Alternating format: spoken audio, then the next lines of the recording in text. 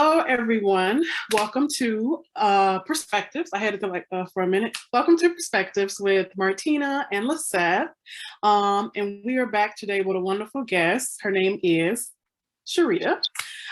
She will be here as a guest speaking about her experience as it relates to her identity in terms of that proximity to whiteness and just white supremacy overall, as we have been talking about throughout some other videos, if you have seen those as well. And so we're really just going to kick it over to Sherida to tell us a little bit about who she is. And, you know, we'll let you speak and then we can dive right into things. But before, let's set anything you would like to say as well. No, I think really ready to kind of start this conversation. As you have seen, sort of the title of this whole series has been Who Am I? So we'll see, and we'll kind of explore that theme. But I'm just kind of going to throw it to Sherida. Let us know a little bit of, just introduce yourself to our audience, to our listeners, and then we can start the conversation. Great. So thank you. I am so honored to be here with you all today. Just two dynamic women. I mean, just the boldness that it takes to even speak during this time period where we hear so much noise coming from all types of directions. But when you have a sound that is bringing forth information and ideas and challenging norms, kudos, that is to be applauded. So I want to say thank you all for the invitation. But I am Sherida Morrison. And I am a native Chicagoan, born and raised on the south side of Chicago. Proud product of Chicago Public Schools. Lindblom High School is my alma mater. I would have to say SWOOP. That is our internal camaraderie, form of camaraderie. And then I matriculated on to my HBCU, which is Southern University in Baton Rouge, Louisiana. And the interesting thing about who am I in the context of traveling from Chicago, which is my birthplace, and my parents were from the South, and then attending an HBCU for my undergraduate career. I believe it was probably one of the best decisions I could have made, especially because of my continued matriculation into PWIs for two graduate degrees, one from DePaul University and the other one from Northwestern. And it is in the context of Southern that who I am and how important my identification is and how I represent our community as an African-American woman, how important that is overall in the context of my life, not just in 4 years plus, because I had a good time down in Louisiana. It's a fun state. It's a fun state. New Orleans is down the street. I mean, what do you expect? You know what I mean? So, you know, in that context, but what it means after you leave here, you know, that you are not just representing our culture here at this institution, but you carry this banner wherever you go. And there is an expectation in how you may have to dig deep into those roots, and especially when you encounter places that challenge the very idea of who you are, and challenge it in such a way to make you feel, do I know enough? Am I smart enough? Am I connected enough? You know, and so those were some of the challenges that I faced as I'm continuing to still introduce myself as a woman who started a nonprofit organization almost 27 years ago, serving over 7,000 African-American girls on the South Side and in the South suburban communities, providing health promotion and college access programs that have taken them all over the country, providing service, teaching leadership development. And as a product of that service to the community, because myself and those working with me consider ourselves servant leaders, helped to support over 1,000 girls to become first-generation college graduates. And so in that process, you know, of who they are and what that means every time we step in front of them. And as we're going on our own journeys of who we are, constantly trying to help them develop a positive identity of who they are, no matter where they're coming from. So whether it's Inglewood, or whether it's Dalton in the south suburbs, or whether it's Woodlawn, or whether it's Robbins in the south suburbs, but knowing that my socioeconomic status, nor my parents' socioeconomic status, nor their completion of a college degree does not define who I am. I'm on a journey to find out who I am. And every day we should be drawing closer and closer to that. So in addition to starting Demoiselle to Femme, which is French for Young Ladies to Women, which I have had the glorious pleasure of serving as the CEO for many years and transitioned out so that new leadership could come in more recently. I also teach multiculturalism in the sociology department at DePaul University.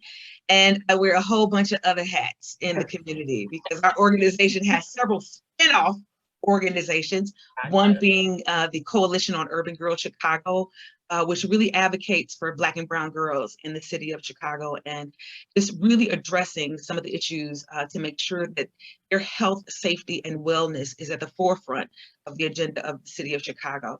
And we also have an initiative where we're aspiring to open up first STEAM school for girls, Katherine G. Johnson STEAM school for girls, K through 8.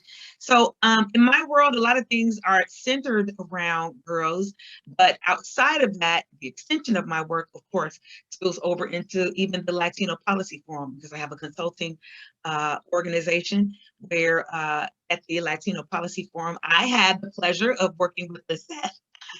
And as a leader in the Multicultural Academy, and MLA is where we are bringing Black and brown leaders together across the city to build bridges of multiculturalism and coalition building and all of those things that will help us to be a stronger alliance. So again, that is in explaining who I am, just in the context of just tell us a little bit about yourself. You can just see that there are so many intersectionalities of who I am in terms of my own identity as an African-American woman, as a woman who has completed some educational aspirations, as a Christian woman, which in itself has its own complexities. Especially knowing that that same religion that I love and hold and use as a compass for my life has been manipulated by people to serve their own agendas.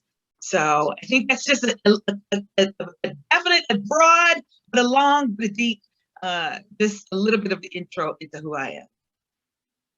Well, that was great. I really appreciate you kind of, giving us overview and giving our audience overview of who you are and kind of where you started and how you ended up to where you are. Yeah. And what I'm really interested in, because Sherida, I know you are really about mentoring, especially like you said, Black and brown girls.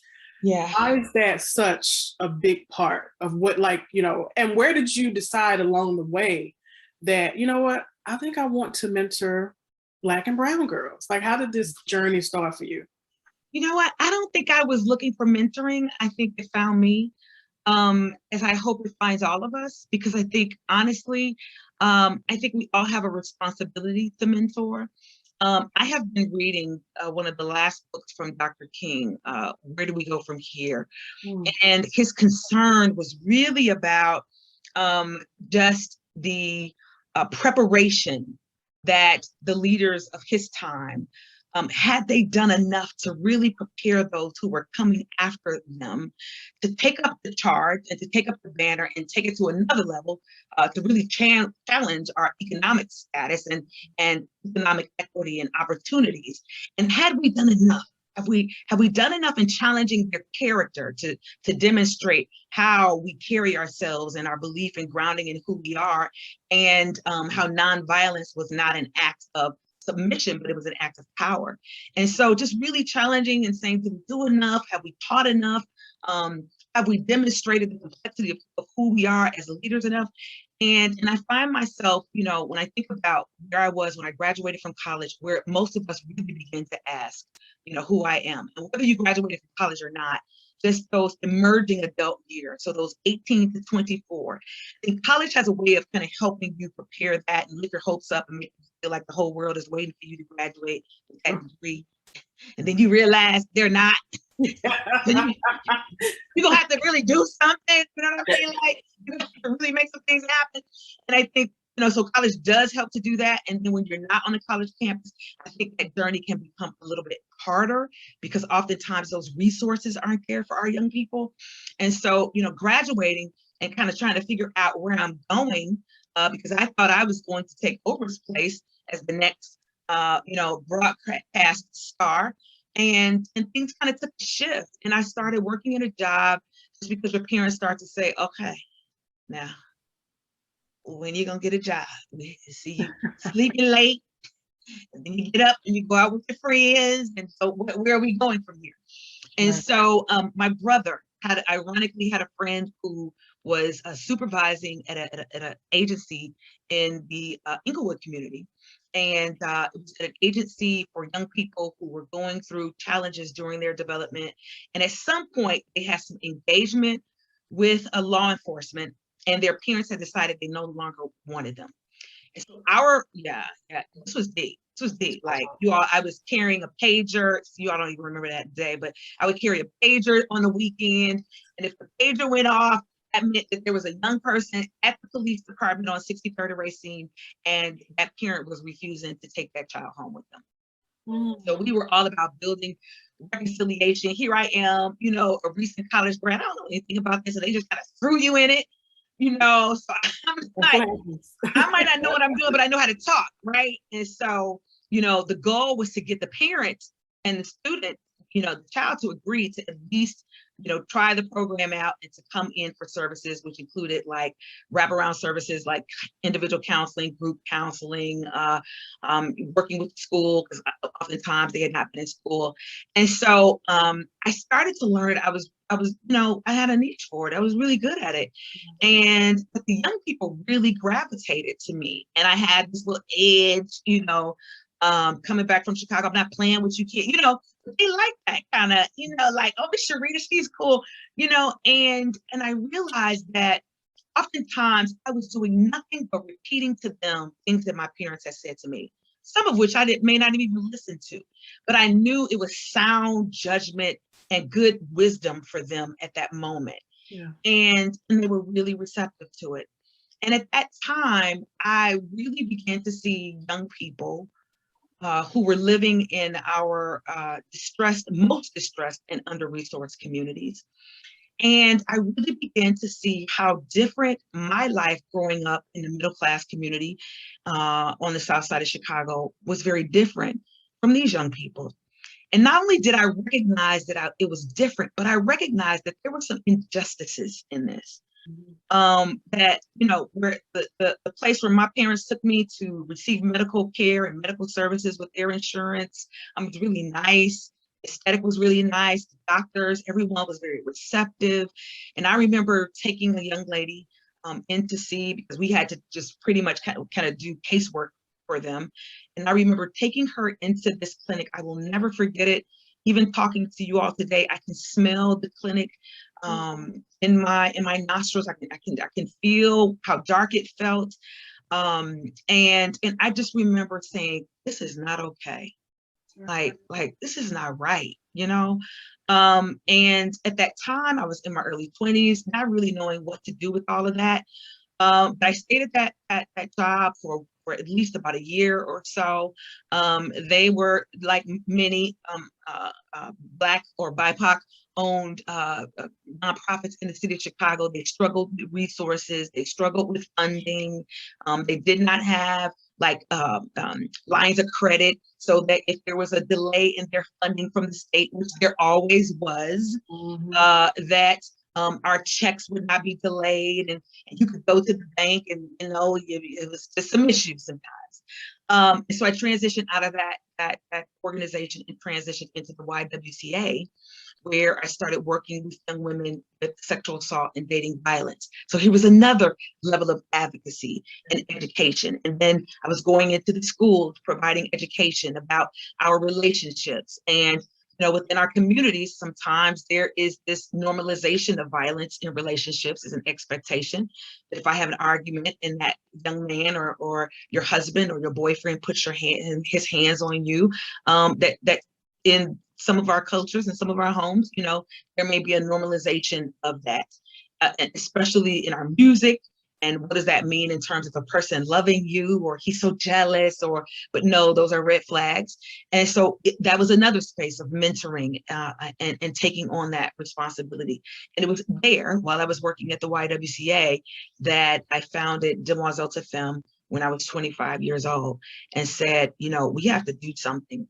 And this is where that faith-based hat comes in, because at that time, I was working with the young people at my church, but I knew the church was not addressing issues that girls were going through. No, people were getting pregnant, but nobody's talking about sex. Oh, right.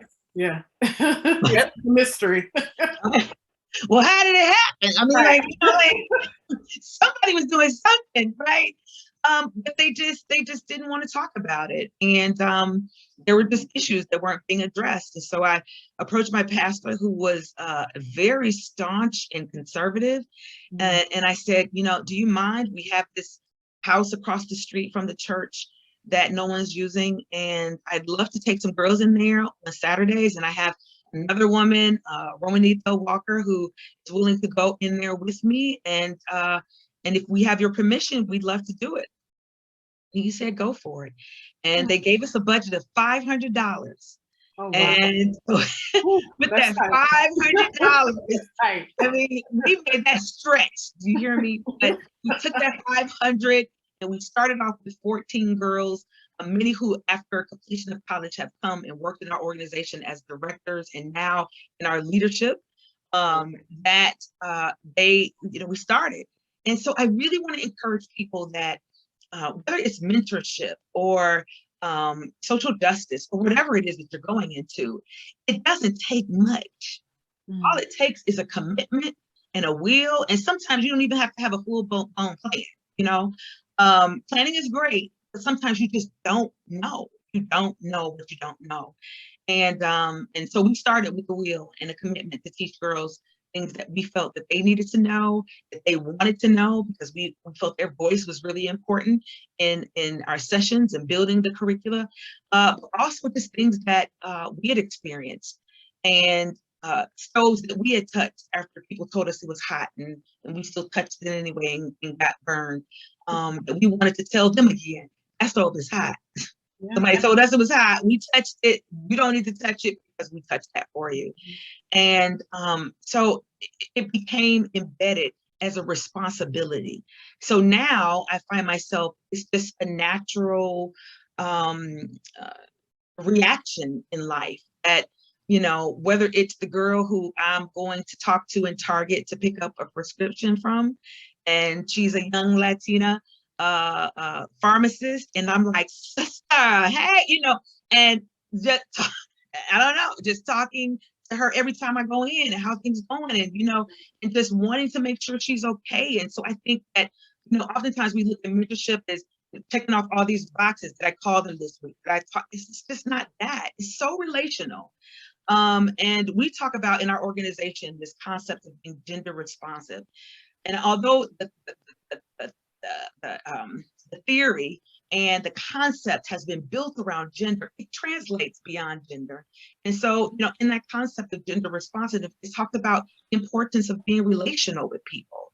Who doesn't want someone to be relational with them? It talks about being strength-based and asset-based, that you see people for their strengths and not looking at them from this deficit lens. It talks about being culturally responsive and understanding cultural differences and leaving room to embrace culture. And it also talked about, I'm missing a couple others, they'll come to me as we talk, but yeah, being gender responsive, and just what it means when we look at the totality of people. And holistic is another one, that you look at them as this whole entire being. And just because I see you today on this podcast, that I understand that there are so many other hats that you wear, and that there's this whole being that can be touched and inspired, and that we see you from that vein. So, I think that as we approach mentorship, as we think about even how race comes in, mentorship is a great way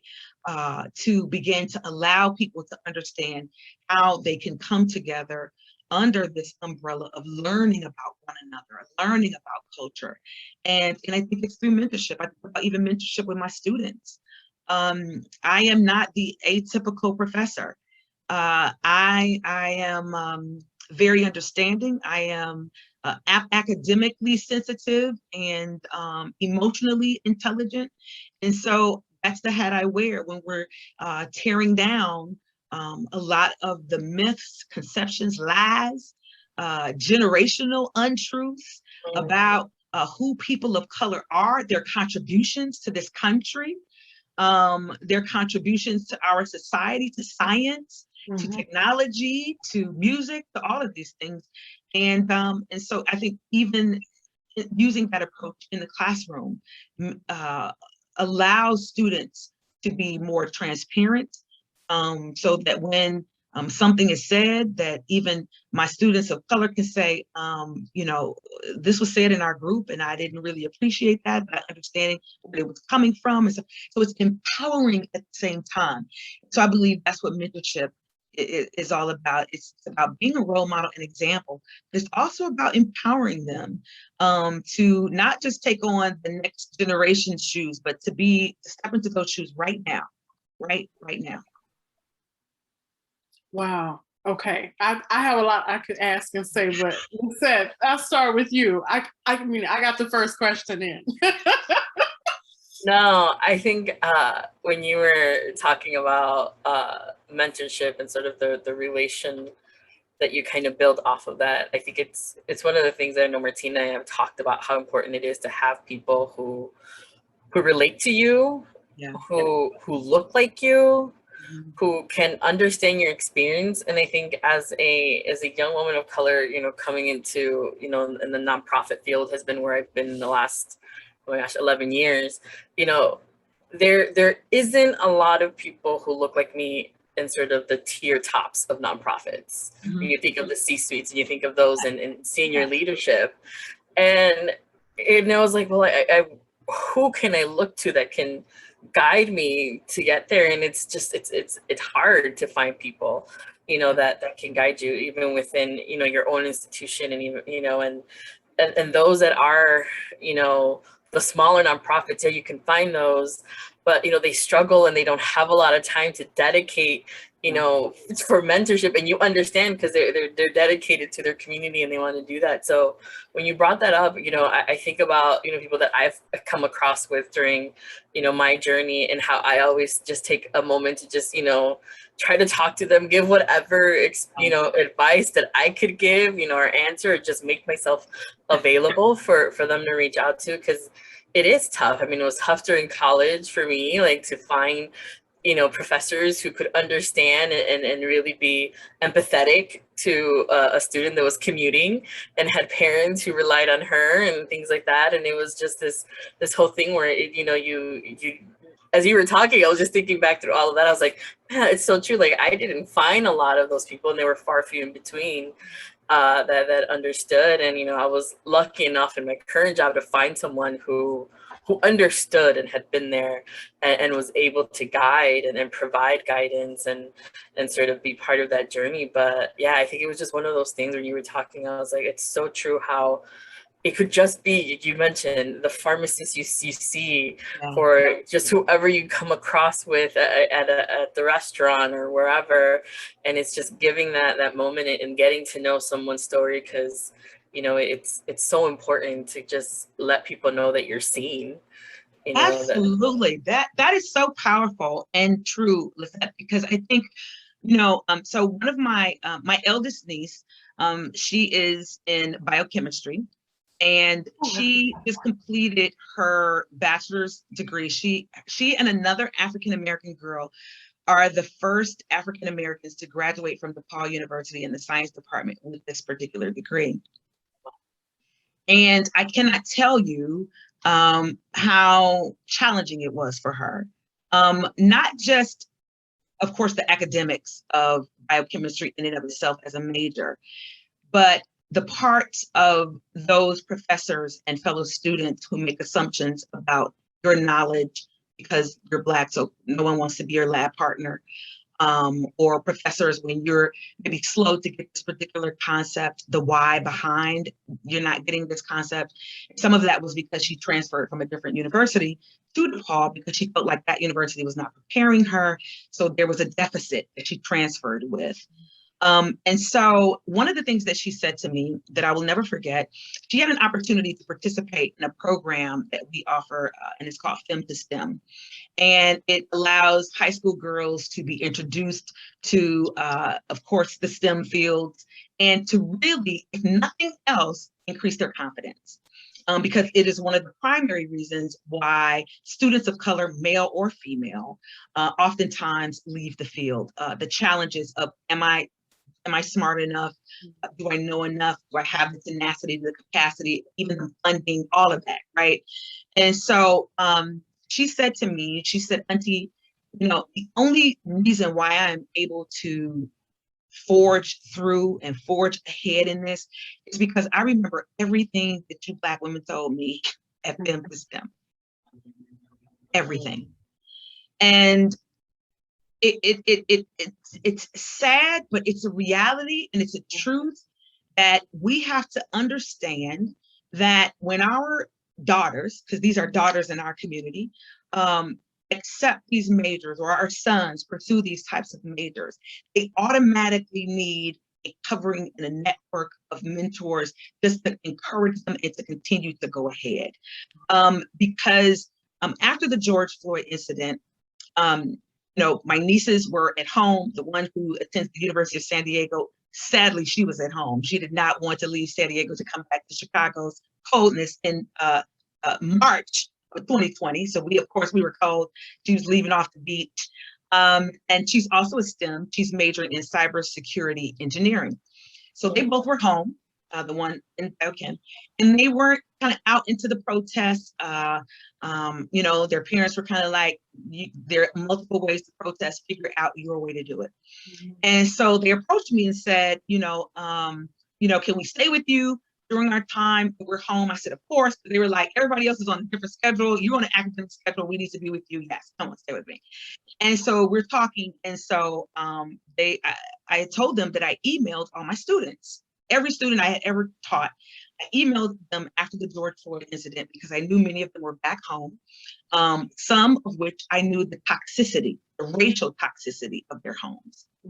And I knew that based on what they saw and based on the networks that their families were watching and the algorithms of their social media, that they may be seeing a different narrative than the rest of us were seeing. And so I wanted to challenge them to remember critical thinking, remember emotional intelligence, expand your data pool. That's, you know, making sure that they didn't forget what they had learned in our class and how they had connected with people who didn't look like them, and had really become a community, because that's the goal of the classes, to become this community, right?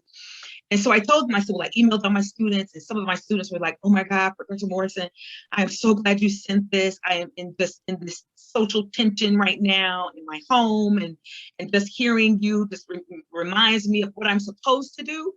And so, you know, so my niece, the biochem one, says, I know what my protest is. So what is it? She said, I'm going to email 2 professors in particular who I know demonstrated bias against me, and another Latina sister who was in the program with her. And I want to let them know that how I felt and how I knew other students of color felt. And I want to just challenge them now no longer being in their class. I said, well, protest with the pen, with the email, absolutely, with the keyboard, type that email. And she received a response back very quickly from a white professor, female, who said to my niece, she said, first of all, I want to apologize because I thought I was woke. And I think that was the hardest thing for my niece, because in the class, she carried herself like, I'm so woke, I'm so this, I'm so that. But you could see the differences in how she would treat the students of color. And so she emailed her back and she said, I'm embarrassed and I'm sorry. And she went on to tell Nyla how she felt after reading the email. And she said, you know, if I don't know, you know, with COVID, if we'll come back on campus before you graduate. She said, but I'd love to have a conversation with you. She said, no one has ever been as confrontational with me in such a gracious way about their experience in my class. Mm. Yeah. The other professor, who was a male, he was also a professor of color, but for whatever reason, many students of color did not feel as welcome as other students in his class. And his response to her was, I'm sorry you felt that way, but I don't know what you're looking for me to do at this point, you know, since you're a little longer in my class. So, I mean, either way, it's a win. It's a win because you brought that knowledge to them. And so I say that because when we think about, you know, whether it's your little cousin that's going away to college, or someone at your church, or someone in your organization, or just a young person in your neighborhood, whatever it is that they're going into, they need our support.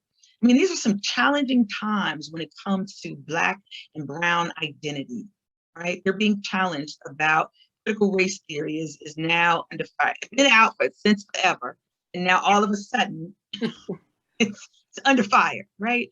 And so you think about, why is it that something that is represented about who I am, or even about my story, the narrative of my people in this country, why is it being challenged? Or our experiences in this country, why are those being challenged? And so, you know, they need us. Not only young people, but we need each other. I need mentors. Mentorship is ageless, it's timeless.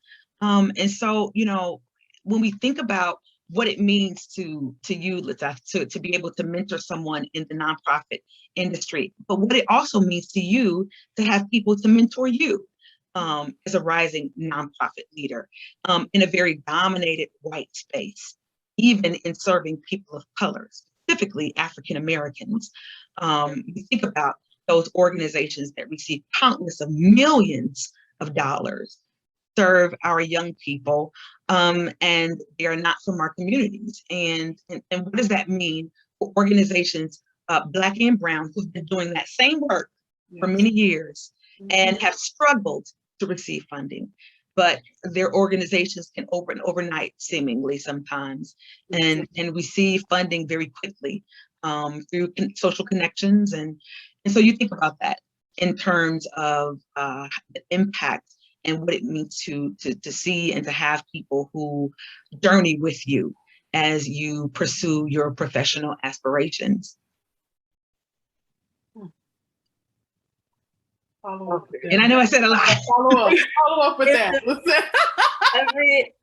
Every time we have one of these conversations with everyone, there's always so much to process, but so much wisdom that I know I've gained, and hopefully you who's watching and listening also are gaining.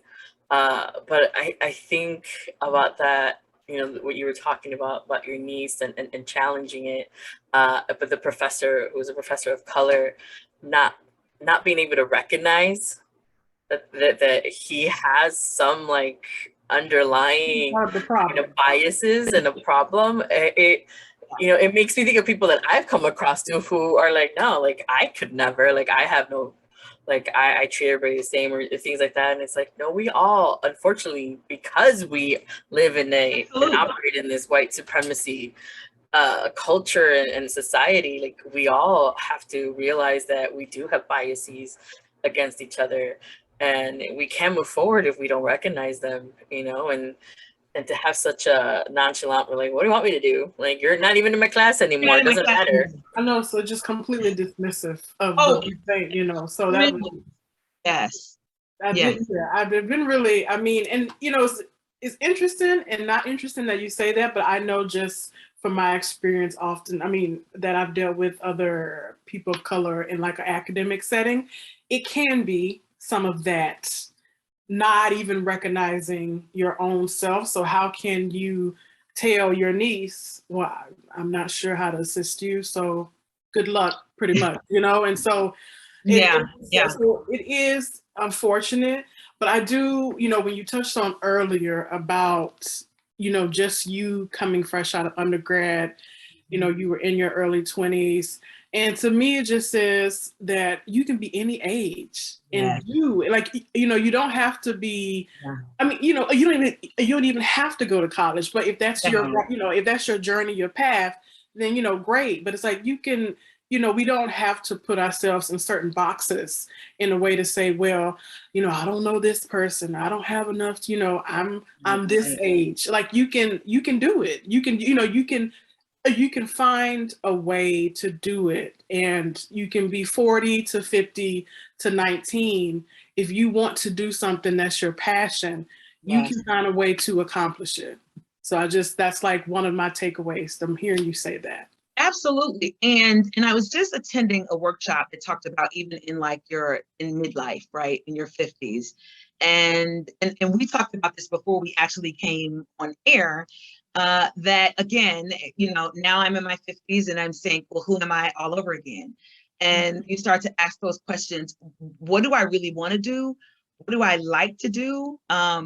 And what do I currently do that I used to like that I don't like to do presently, right? So understanding that I'm evolving as well.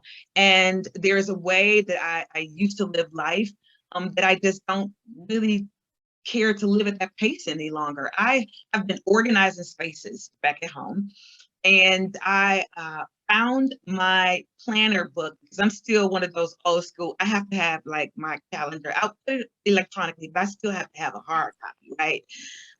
And so I opened so had saved some of my books because some of them have notes in the back. And the goal someday, I don't know wherever when, is to get all the notes out the back. I'm going to need them. I don't know how or why, because they've been stored up all these years. But I pulled out my 2017 or 2018 appointment book. And I just felt like I was having an anxiety attack as I was looking at like one meeting after the next, after the next, after the next, after the next. And so this was pre-COVID. So we're not using Zoom. I'm like driving from Hyde Park to Lincoln Park to downtown, then coming back home, and then having a meeting in the evening somewhere, whether it's in my church. I mean, it just every day. And how at some point in life, it felt good to see that my calendar was booked and that every breathing moment of my day was being used up. And I felt a sense of accomplishment from that. Well, today, absolutely not. Yes, I figured. No. I'm the same.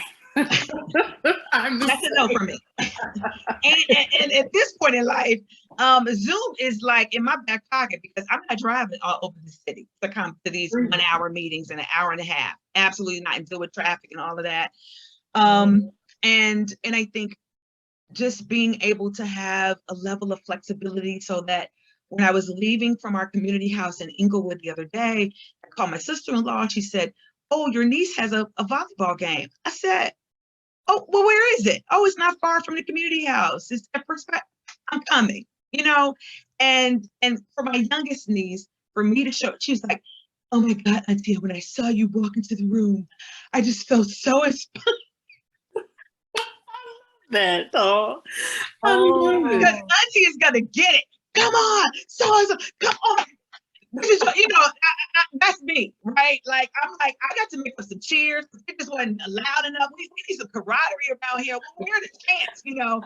And so, you know, but just to be able to do that. And when I looked at that calendar before, I was like, I would not, you know, if my sister-in-law had said that, I would have said, oh, okay, well, I'll call you all later this evening. You know, tell Hannah, call me, let me know how the game went, you know?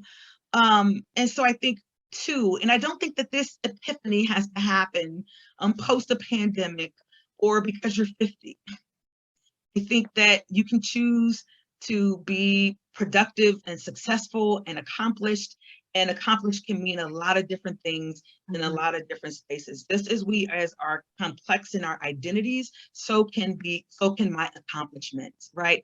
Attending my niece's volleyball game, and to see her serve these winning points, that was an accomplishment, right? No one may give me an award for that, to say, hey, you're the best aunt or anything. But the gratitude that I felt for her to be there in that moment, I couldn't buy. And so I think, as we continue to look at, who am I? And especially even in the context of race and, those racial identities and our social identity, which is so complex in and of itself. It makes me think about even our homes, our parents, how they're brought up, their spheres of influence, their friendships, where you worship, where they work, where we socialized as a family, and those families, how those families looked. And it makes me think about, I remember being a child, and my mother had one of her college yearbooks, and she attended the University of Arkansas at Pine Bluff, which back then was called Arkansas A&M. And this was a time when Governor Faubus and the whole segregation and the sending of the troops and the Little Rock Nine, all of this was happening. And I remember as a child just kind of looking through my mom's yearbook, and then I saw this picture of the governor, and she had written just a slanderous comment over his face about who he was. And I remember asking my mom, like, why did you do that? That was so mean. And she said, because he was mean and evil to Black people because of our skin color. And she commenced to telling me about her college experiences at that particular time, and how my grandfather forbade her from doing sit-ins in Little Rock because she was their only child. And my grandfather was like, I don't want to be locked up because some people have put their hands on my daughter. So for the sanity of your mother and I, just know that your protest is getting that degree and then going to teach in the school of your choice. So that is your protest, get that college degree. And at that particular time, the tuition was $46 a month. I wish. I wouldn't even talk about it now, man. Oh my. $46 a month. 46. And my grandparents struggled. $46 a month, but they did it. And my mother, was successful, and she started teaching in Arkansas, then transitioned to Chicago. But just what that meant for me to see my mom's reaction to that picture, and to hear some of her stories, even about walking to school during World War II and seeing those concentration camps in Arkansas with Mr. Yee and his family, who owned a store in her town. And now they are locked behind this gate, and her now walking to school and seeing these people locked up behind this gate because the government did not trust their allegiance to our country. And so just seeing so many things growing up, and of course the segregation, and then coming to Chicago and becoming a teacher here, and being very intent on raising my brother and I with my father, on the South Side in a middle class community. And I remember attending, and this is where that faith piece comes in, because I want to challenge that during our talk. I remember we were attending this, it's a Christian school, and it's a not evangelical, they're a faith similar to the evangelical church, but they owned this Christian school. And so all the teachers were white. About 95% of the students were Black, and was on the South Side of Chicago in the Roseland community. And I remember that when I was about in the 3rd or 4th grade, that Roots came out, the television show. Yeah. Its first airing ever. And I can only speak for the African-American community in our social network, but everybody was watching it every night. And my parents would make us sit in front of the television and watch the story of Kunta Kinte in the United States.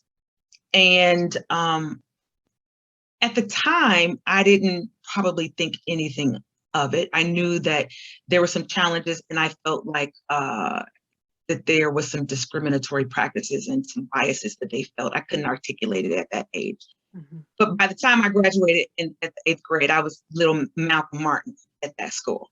And they were glad to see me.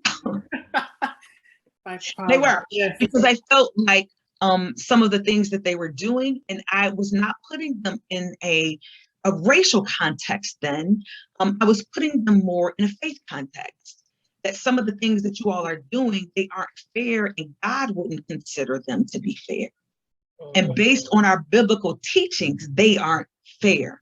Yeah. And I remember thinking later in years, why is it that we attended that school and the population was primarily African American, and you all knew Roots was coming on every night, and we never talked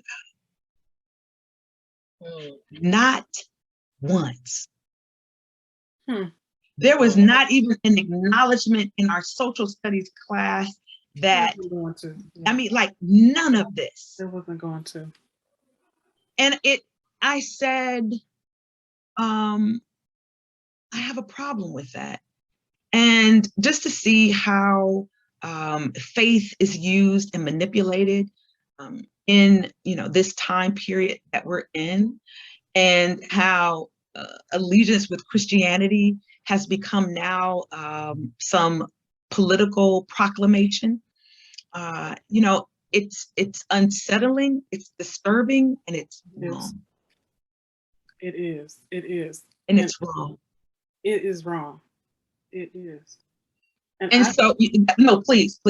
No, I was going to say something completely different, but I want you to finish this piece. Finish what you're saying. No, I was just going to say, and so, it demonstrates that people of faith have a responsibility as well, to step outside of the walls of those churches and to confront and to challenge and to educate brothers and sisters in our own faith about racism, blatant racism and prejudice that exists in people who practice the faith. Because I won't say it's in the faith, because it's not there.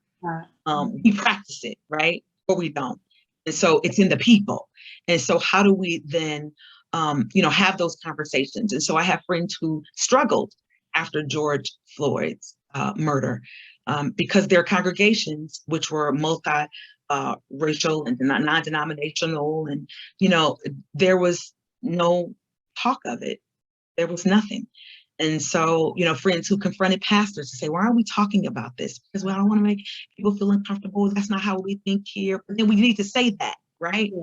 And we need to challenge what's wrong and say what's wrong. And so, I just want to really just challenge people who are of faith to say that, this is not an isolated space of talking about racism and white supremacy, and especially the form of using it from a Christian context, that we need to be having some conversations as well. We need to be having some face-to-face, no holds bar, truth confessional conversations about how our faith has been manipulated or has been tried to be manipulated by people who are only lip speakers and not life demonstrators of what we believe. Yeah, I think I want to explore this. Martina knows. That's why I'm like, my thoughts on all this, but I know I think it's a good time to sort of close out this first sort of episode with you, Sherida. And I think when we come back, I think if we look through, if we just talk through that Christianity, that faith lens, and that white supremacy, and how that has really taken a hold of Christianity here in the United States, and what it means to, I think, to the three of us. I know I've had conversations with Martina about this. So please stay tuned to our listeners and our viewers. We're going to come back and I think dig into this space because, you know, I think you've brought it up a few times, Sherida, and I think it's when something like that is brought up, I feel like it's important to dig in and give it its space and not completely rush it. So stay tuned. Thank you for listening. Thank you, Sherida, for sticking with us. Thank you. Perspectives will be back and we will see you at the next episode.